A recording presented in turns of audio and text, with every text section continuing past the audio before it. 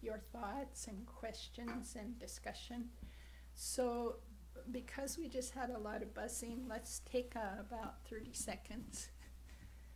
Take a few breaths and think about your own practice. What's going on for you now, and what questions might you ask that would be of benefit to yourself and others?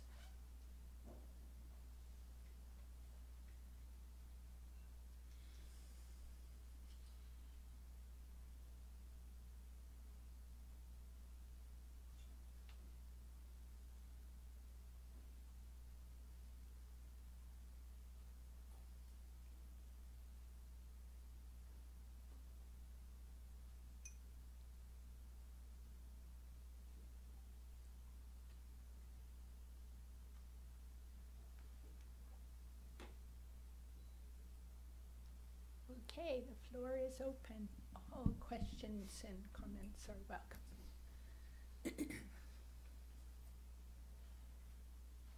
Yeah, Courtney.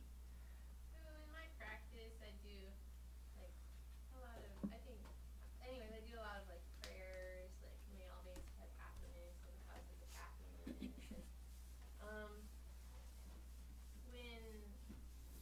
when like some kind of adversity comes, then sometimes I like one of the things I think of is like, well, I've done these prayers, maybe this is just a way that, that kind of thing is unfolding. That, why not trust that, these prayers are in the process of being answered. And then using that kind of piece of faith to then still continue to make those kind of prayers and hold that kind of view and do what I can to, try and make it happen, but also taking adversities that come in is still, part of that unfolding. Do you see what I mean? Yes. And then, so when you, I don't know, I was just wondering, is that an okay practice, or is that, are you supposed to be more, I don't know. What do you think? It seems like the right attitude to me, and it helps me stay open to, adversities, and also go forward in a positive light and Yeah. look at things from different perspectives. Why would it not be okay? Well, what's the worry in there? There's something in there in that question. well, Because of course it's okay. And of course any practice that helps our minds and hearts yeah. and is within the Dharma teachings is okay. So there's something. I guess last week when I was here, I kind of felt more of this despair and dread kind of coming out, as maybe rippling out from the election results that maybe yeah. that might have been felt as adverse or that kind of stuff. And I didn't know if I was, my practice is kind of making me feel like, oh, I can, take this and use it in this way, and, look. And I kind of felt like maybe I wasn't being despairing enough. That's why I wanted to tease it out. I agree. You have not had enough dread and despair. And if we don't have enough dread and despair, we'll never sink the world. So, we're laughing probably because most of us recognize something about the process you're looking at, which is this kind of thing like worry about the practice, instead of simply doing it, and not only doing it, but rejoicing in that we're doing it. I was thinking this morning, instead of judging it, what's missing here? And the reason I know this so well, I've been doing this all week to myself. Not enough, Zopa. You're missing something. You're and hear that voice? Ugh. That is not an encouraging voice. So I often think when I was leading an agency, I got myself in a lot of trouble. and had to come out of a ditch for myself and my employees and the people we were serving. And I found a really good mentor. And he just kept saying over and over, you need to encourage yourself, you know, and courage. So the word courage is in there. How much courage do we need right now? Quite a bit. And we're always looking outside for that encouragement. But the strongest one is coach yourself. I mean, he was like, okay, I'm your mentor, but I'm going to show you how to coach yourself, you know, and leave you with that tool, you know. So this encouraging self. So whenever in my practice I can see I'm going should or supposed to, I think one of your words was supposed to, am I supposed to? So those are words that should throw up a yellow flag. I should be doing, I'm supposed to be doing. That is the opposite of Dharma practice. And wherever I can, I try and turn that into what did I do well today? You know, I sat. I always go to, I've told this so many times, but I always go to Lama Tara during the one-year retreat. And she, you know, I come in criticizing my practice almost all the time and telling her what I couldn't do, what wasn't going well. And she would say, Zopa, did you sit? Yes. Did you sit as quietly as you could? Yes. Did you stop talking? Yes. I was alone in the cabin. So, although even then I talked. But, and then she'd say, okay, you got 2 out of 3. The body was quiet. The speech was silent. Now we work on the mind. That's all. But rejoice. Rejoice what you do. It is so rare to have a thought of bodhicitta. Just the thought. You don't do a darn thing. But you just have a thought. I want to wake up in order to end the suffering of all beings. That thought, the texts say, so rare, it's like a flash of lightning in a dark night. It's potent. Just that thought. And we don't give ourselves credit for that.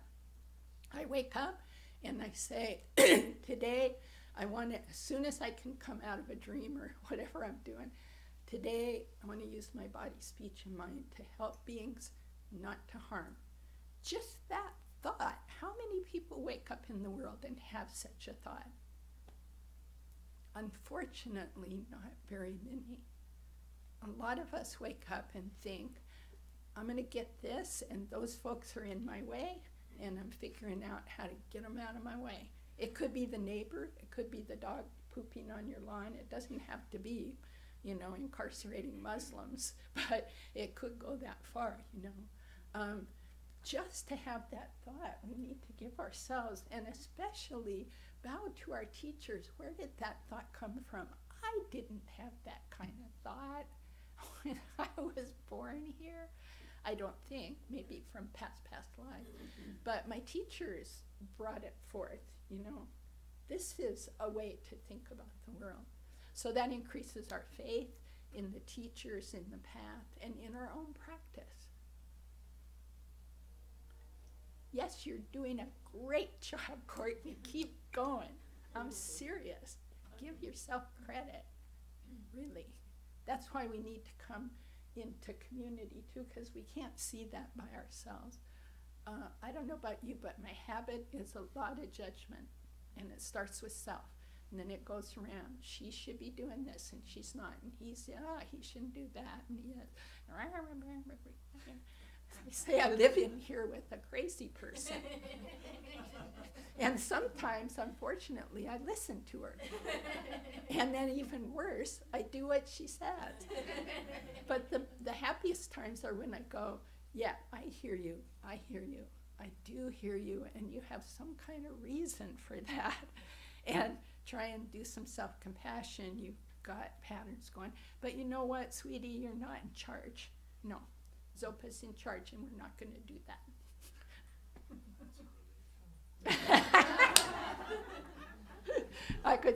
She could spring out at any moment, Michael. other thoughts here? Because that's a wonderful question, because it's so common to us as we sit.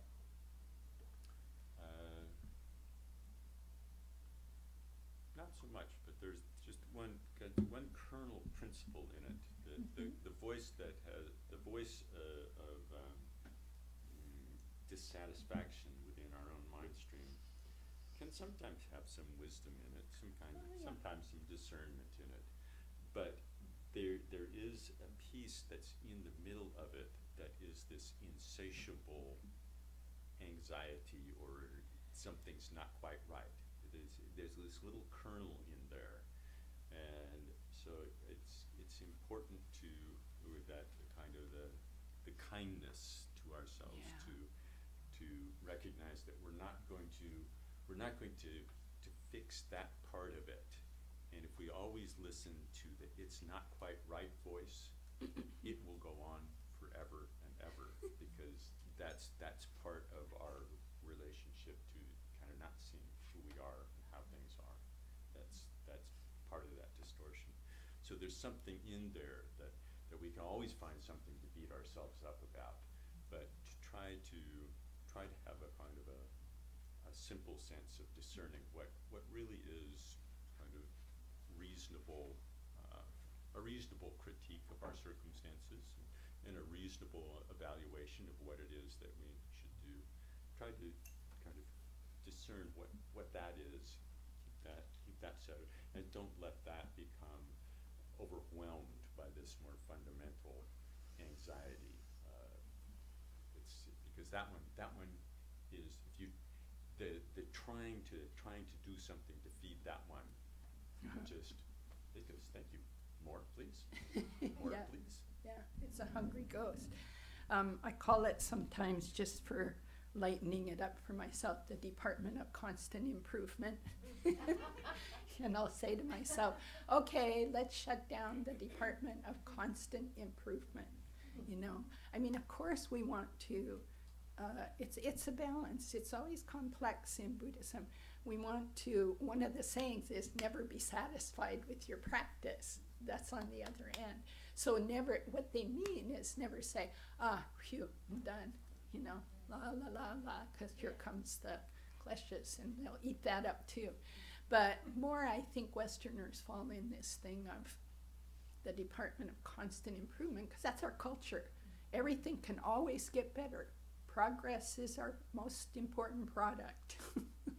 And what's that, So we never just relax. I love that part of the Mahamudra. Just relax into the current, authentic, natural circumstance. And sometimes that we definitely won't get there with the Department of Constant Improvement, which, as Bill points out, is based on anxiety. It will never see what's really happening, because it's building, first of all, an I, me, separate from others, who needs to be improved, blaming them, blaming me. So it starts going way, way off from the fundamental truth of compassion and open-hearted wisdom. Yeah. But you put your finger right on it. And good practice. Yeah. Michael. I'd just like to comment about the election briefly, that for me, and I hope for many others, that the results have I'm using it as a very strong stimulus to practice. And I think that for that reason alone, I'm very gratified by the result. I think that we're in a time of deep transformation, and the result is just going to make it happen quicker. Yeah. Thank you for that. And that's such a stretch, but I want to tell one quick story that's helping me keep things in perspective. Lama Yeshe, many of you know him. He has written about Vajrasattva and all that, and was the great teacher of Lama Zopa Rinpoche, who travels the world teaching in the Gelug tradition, and who's the teacher of my teacher. So my teacher, Thupten Chudrin, is the student directly of Lama Yeshe and Lama Zopa. And she tells this story whenever we would all get together, her students, and complain about whatever circumstances we were in.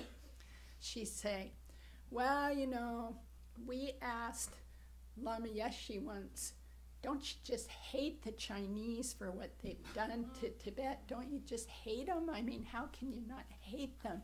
And she said in the most profoundly gentle, clear way, said, oh, my dear. He always said dear to everyone. If you ask him a question, you were my dear. Oh, my dear, if the Chinese had not come and thrown us out of Tibet, I would be a fat, lazy lama up there in the mountains reading books, and you would not have the Dharma. And it just made them cry. It was like, wow, that kind of view, which Michael's pointing at, that bigger view, like how the so-called enemy teaches us.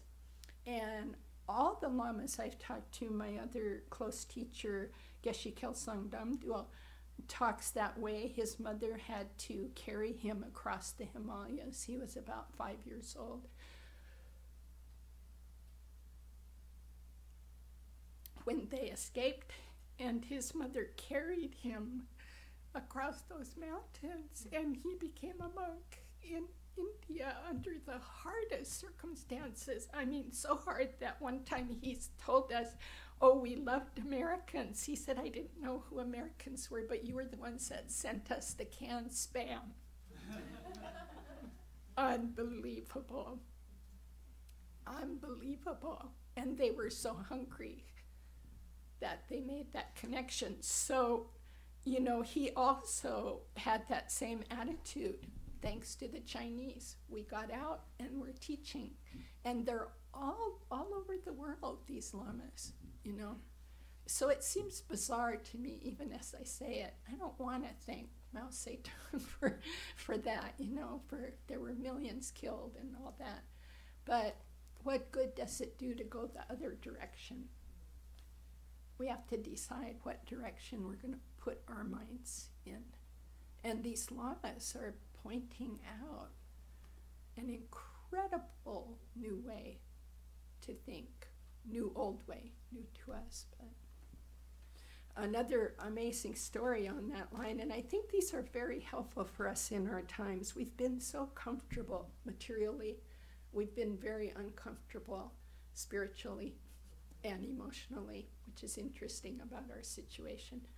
But another one that Venerable Chitran told us is the Dalai Lama constantly, about once a week, receives a group of Tibetans who have just crossed the mountains and escaped, either, are still doing it, still coming to be with him and try to be close to him and practice, which they can't do well in Tibet anymore.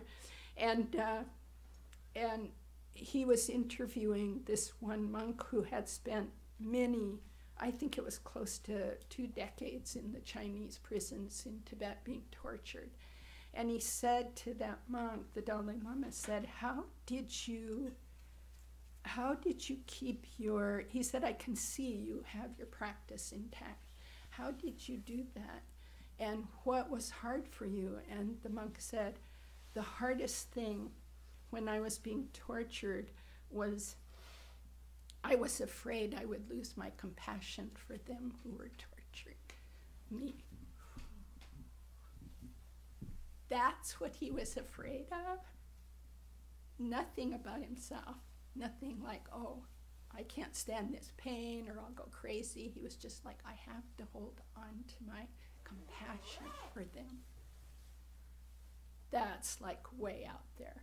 And what it does is let me know how much work there is for us to do, how much practice. But it gives a model. It's like the model can be right there. It can be right there.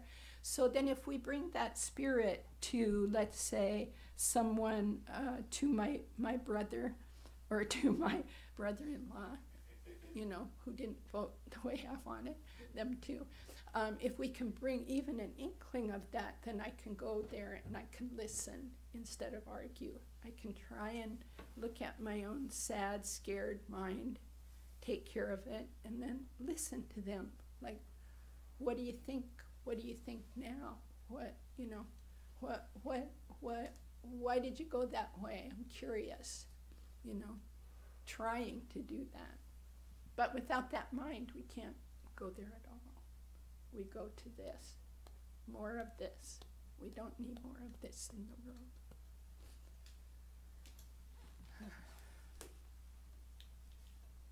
Yeah, Heather. Question.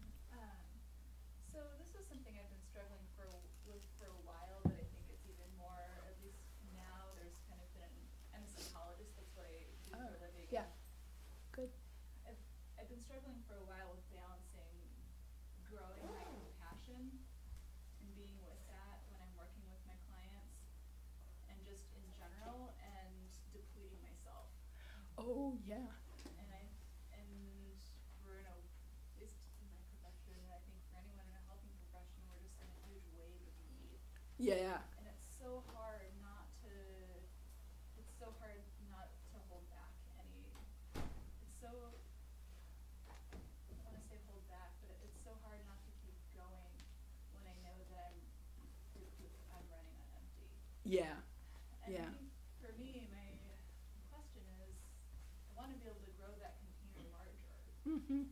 So that I can hold more. I think everybody has that wish, and I'm really struggling with how to do that in a sustainable way. Yeah, how to grow our compassion in a sustainable way without the burnout. Well, a couple things I know from experience.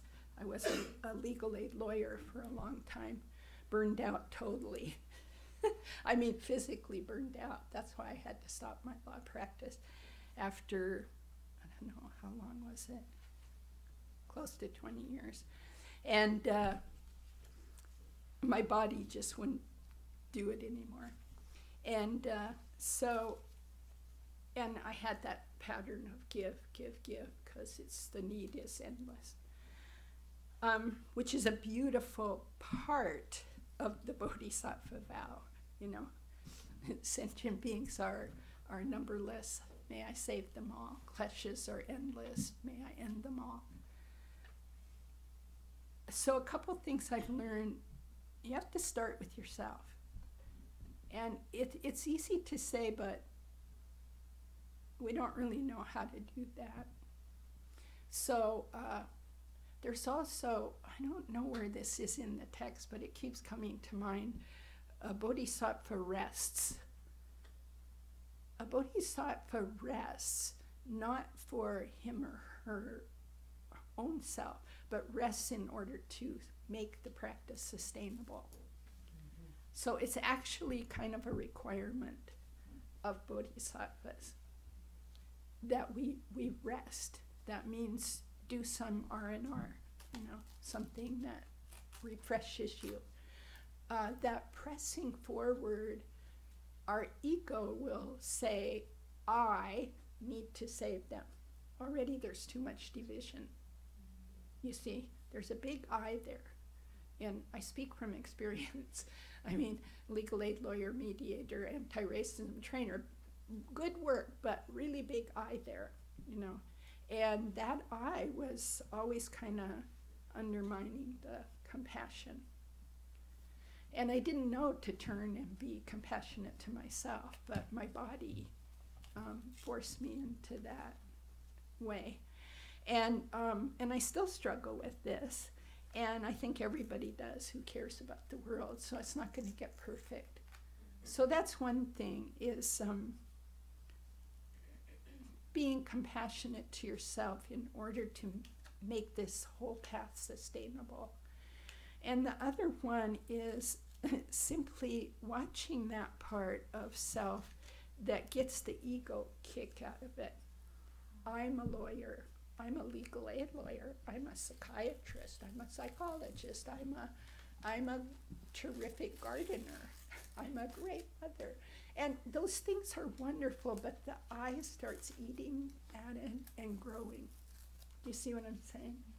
So whenever, one of the things I can do that's almost kindest to myself, and I did a little bit this morning because after I talked, my eye was like this, and both castigating myself for what I didn't say well, and then praising myself. Oh, that was so cool reading that quote. You know, like, you know how this goes, right? We all know how this goes. Doesn't matter what you do. The eye jumps up and starts doing this dance. And there's a very quick meditation you can do from the middle level of the path, which is, okay, who's that I? Zopa. And it's 3 minutes long, even if it's not that. It's like, okay, body, oh, skeleton, flesh, all the fluids. That did it. That was what did it. You're praising that, your bones. Or thoughts floating by. Which thought was the one that you're going to give the award to? And which emotion and which sensation. So you just do a quick scan of what's this Zopa made up of? What's this Heather made up of? And in that quick scan, you see there's nothing solid, nothing solid. There's many things written about this meditation, deconstructing the self, but you want to just do it quickly, and it loosens it right away. Oh, the I that's burned out, the I that's so giving and so courageous and helps everyone, even she dies in the ditch. You know, I mean, you really can make some fun of this thing because it's not you. The you is very transient, going through with thoughts of compassion, thoughts of wisdom flashing through. So just loosen up a little. I had one other thought, but what was that? Something about that. Well, maybe it'll come. Anything for that question? It's really the same answer as with Courtney's, that there is, from our ordinary perspective, what we do to engender compassion will always have this sense it's not quite enough. And See it. seeing that sense of it. And in order to really see that, we have to step back. And when we actually talk about compassion for ourselves, we really have to, in a certain sense, let's take the word compassion and just set it aside, because we have a lot of ideas about what that would be, what that looks like. And that if we actually can really meet our own patterns and see, this is the character of my discomfort. This is the dynamic of it. These are this in the midst of it. I even if I try to put my finger here, there's still this sense of something. It's not exactly like we're not there yet. I'm not there yet. I'm not there yet. And to really be able to put our finger on that, see that in our own experience, then and to see, oh, if I can cut through that, that's actually something that is not. I don't cut through it in an ordinary way. I don't cut through it by rearranging the deck chairs in my own life. That part is not going to go away now. And so if I think about how I'm going to help others, and I don't recognize that my help, unless I can actually communicate something to help people see through that aspect, it's always going to have a shortfall, no matter what the circumstance is. And it will feed back into my own sense of shortfall, and there ends the pattern of the burnout. I think it's also it's worth also looking at suffering and dissatisfaction kind of in a bigger picture than, and it's kind of like, oh my word, I don't want to think of it as being even sort of even worse than I'm thinking of it right now. But there is a way in which it is actually necessary to look at just how confusion and suffering operates continuously and in various levels that it operates on. And from that perspective, then the whole and to see that kind of fundamental discomfort, anxiety, kind of the kernel in the middle of it, operating in all kinds of life forms, then it's like, okay, I'm holding something else. How do I actually relate to this? I'm not going to actually just go and say, now see here, You go. confusion, out. Because I said so. It was so easy. It's not going to happen like that. So then the notion of how it is that we interact skillfully, what it is that we can add that is like a solvent of some kind, and not expecting it to just all completely dissolve in front of our eyes, particularly if we haven't seen it dissolve in our own life stream. Yeah. If we haven't seen that, then this expectation that I'm going to do that for others is kind of shady. And it doesn't mean that, again, it's such a dangerous slope, because then we can start criticizing, oh, maybe I shouldn't be doing this, or I'm doing it wrong. It's so tricky. But as Bill was talking, I thought of the other piece about compassion because of the confusion about that word. It's very important to have clear definitions that are Buddhist definitions of compassion, because the word's being thrown everywhere in all kinds of ways. So the definition in our tradition is the wish for the end of suffering. That in itself is potent. You sit there with the open-hearted wish for the end of suffering, of this being in front of you. We always, oh, that's not enough. It is. It is. It is. It's huge. There are not many beings who carry that around. I don't carry it around on a moment-by-moment basis for myself or others. I'm working on it. But, you know, it's not about doing a lot of fancy stuff. Now, there's 2 more questions. There's actually 3. Peter had something, and Lynn has something, and Miriam. And that might be our time, so. I know, but we're short on time, so these had their hands up earlier. Peter, did you want to go? I'll just do one half of what I was going to say. One thing that I went to Cortland Dahl, the Tirgar talk last night, and he talked about the difference between empathy and compassion, and it really should be termed empathy fatigue versus compassion fatigue. Oh, There yay. should be endless compassion. It shouldn't drain us, right? That empathy is what can be. Okay, I want to repeat that, especially for the streamer. The difference between empathy and compassion. So we get empathy fatigue because we're kind of, in my view, we're sort of too far over there trying to help that person. That wears us out because we're not able to. But compassion, this wish, is endless. It's our human nature to have that wish. Yeah. Thank you, Lynn. Peter? I just want to share a book about the Dharma that's delightful. There's a series of 3 books called, the first of them is called The Dalai Lama's Cat. And The it's Dalai a Lama's story- cat. It's a story that like is that. narrated by a cat, and through the story, Dharma teachings are very nicely interlaced. So if you're looking for a gentle way to remind yourself of the Dharma practice, I strongly recommend the Dalai Lama's Cat, and go on from there if you wish. Okay, the Dalai Lama's cat. It sounds nice and light. Oh, yeah. Yeah. Miriam. I just wanted to share my own experience. I can't remember if it was Saledra that first brought up that it's empathy fatigue, not compassion fatigue, but that's a really important distinction. The other thing I realize is why I'm no longer getting burned out in my role as a counselor is that I realize I'm no longer expecting that I'm going to be able to help that person in all the ways they need to be helped. I have maybe an hour, maybe 2 hours with that person, and they're living 7 times 22 or 23 hours without me.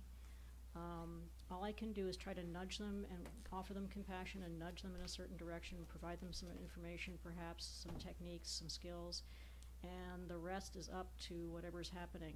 I can't necessarily change everything. If I could, sure, I'd build them a house. I'd build them, Yeah. I'd feed them, I'd do all Yeah, that. But the of reality is that I can't do all that. And so when I let go of the expectation, kind of like, Bill, you've often talked about that story of Chenrezig, where, he opens his eyes and whoops, he sees that things aren't changed in the samsaric world.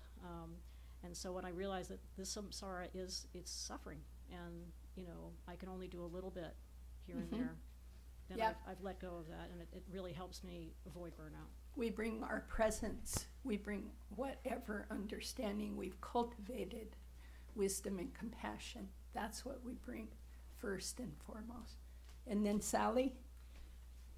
Maybe this is the way to wind up today, but We'll see. in this book, The Dealing with Emotions by Ringo Tulku, in terms of coping and working with this compassion idea related to the election results, this was the section on anger and compassion.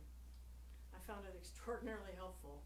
Buddhist point of view, the source of both anger and compassion can be the same. And I won't read too much because we don't have time, but basically Can be what? I'm the not. same. Oh, yes, the source of, yes, anger and compassion. What I read him to say is anger is when it's focused on a person. Maybe it starts with the letter T.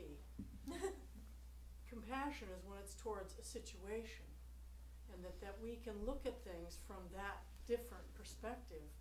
And if either of you want to comment about that, I just found this was one of the most helpful things I've read in the last 2 weeks. Okay, so Sally's talking about Ringo Tulku's book. Which title? Dealing with emotions. Dealing with Emotions. And the way that we can transform our minds from confusion, anger, etc., into compassion. You seem like you had something to say on that. And this might be the last comment, sorry, but we're close to time. I think when we look at it from the point of view of causes and conditions and the dynamic, then we're actually looking at it kind of more correctly than when we've narrowed it down into a very small focus. And it gives us an opportunity then to see what it is that we might introduce into that situation to be that kind of solvent. It won't necessarily dissolve at all, but to at least avoid making the situation worse. So, and sometimes that is about the best we can do. If our habit patterns run in the other direction, just refraining from making it worse, and is a huge step. It's a huge step. But that the willingness to look at the kind of the play of the situation and the dynamics of it, and to think in those terms, then it steps out a little bit. It's a more skillful view. It makes things so, and allows us to really focus. So picking up on that one word, willingness, one of the pieces I got recently from a Zen priest was, am I willing to let this go? This, meaning whatever the this is. And often what the this is the I telling me I need to fix it, I need to da-da, I need to da-da.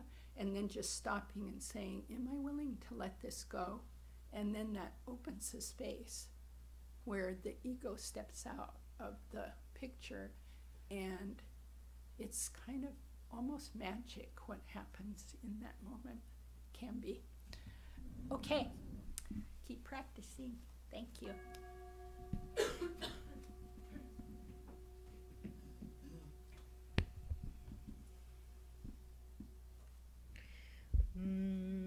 By this virtue may I quickly realize Mahamudra and establish all beings without exception in this state.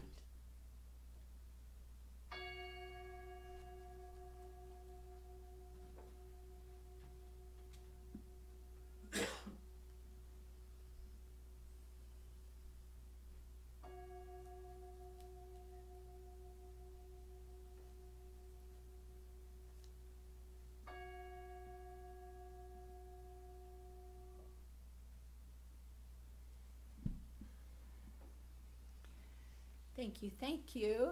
And the next thing you can do with compassion, if you can, is stay 15 minutes or so. At least if you can.